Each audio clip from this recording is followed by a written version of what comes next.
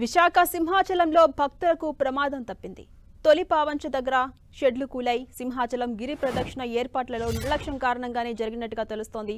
గిరి ప్రదక్షిణ కోసం ఏర్పాట్లు చేసిన షెడ్లు ఒక్కసారిగా కూలిపోయాయి. ప్రస్తుతం అక్కడ ఎవరూ లేకపోవడంతో పెను ప్రమాదం తప్పింది.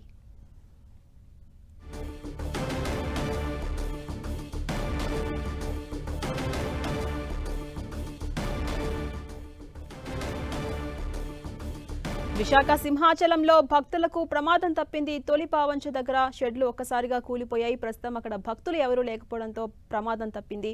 ఇదే అంశానికి సంబంధించి మరిన్ని అప్డేట్స్ మా ప్రతినిధి జార్జ్ అందిస్తారు. జార్జ్, ఈ నెల 9వ తేదీన గిరి ప్రదక్షిణ కోసం ఏర్పాట్లు అనేవి చేస్తూ ఉన్నారు. గిరి ప్రదక్షిణ ఏంటంటే దాదాపుగా అక్కడ లక్షలాది మంది భక్తులు వస్తారు. అక్కడ తొలిపావంచ వద్ద కొబ్బరికాయ కొట్టి 32 కిలోమీటర్లు కొండ చుట్టూరు తిరిగినట్లయితే స్వామివారి అనుగ్రహం కలుగుతుందని భక్తులంతా కూడా భావిస్తారు. ఈ నేపథ్యంలో భక్తులందరి కోసం ఆ ఏర్పాట్లు అనేవి చేస్తూ ఉన్నారు. అయితే ఏర్పాట్లు చేస్తూ ఉన్న సమయంలో ఒక్కసారిగా అక్కడ నిర్మిస్తున్న షెడ్లు అనేవి కూలిపోవడం జరిగింది. సింహాచలంలో గతంలో సైతం కూడా చూసుకున్నట్లయితే కనుక చందనోత్సవంలో సైతం కూడా ఇంజనీర్ల యొక్క నిర్లక్ష్యం కారణంగా గోడ కూలి దాదాపుగా 7 మంది మృతి చెందారు. ఆ ఘటన మరొకసారి ఈ సంఘటన అనేది చోటు చేసుకుంది. అంటే పనుల్లో ఎంత నిర్లక్ష్యం వహిస్తున్నారనేది సైతం కూడా తెలుస్తూ ఉంది. దీని మీద భక్తులు సైతం కూడా ఆగ్రహం వ్యక్తం చేస్తూ ఉన్నారు. గతంలో జరిగిన తప్పును మరలా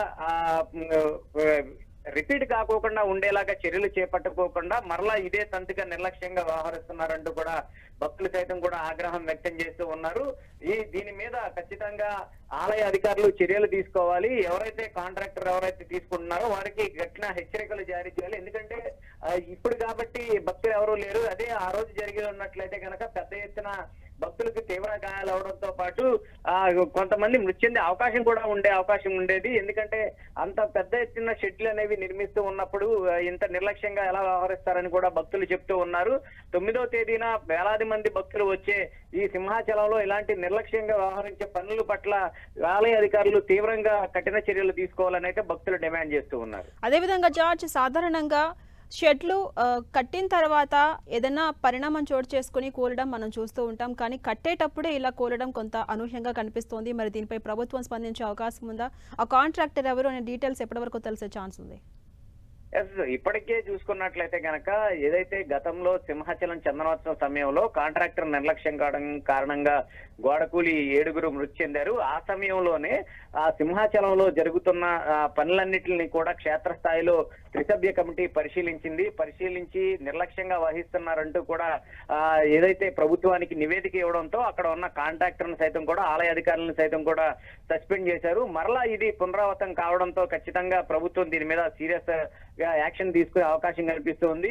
భక్తులు సైతం కూడా దీని మీద ఆగ్రహం వ్యక్తం చేస్తూ ఉన్నారు. ఎందుకంటే ఆ సంఘటన జరిగి దాదాపుగా మరొక వైపు ఈ సంఘటన జరగడంతో పెద్ద ఎత్తున ఆగ్రహం వ్యక్తం చేస్తూ ఉన్న నేపథ్యంలో ప్రభుత్వం సైతం కూడా దీని మీద సీరియస్ యాక్షన్ తీసుకునే అవకాశం కనిపిస్తూ ఉంది. Right, thank you George.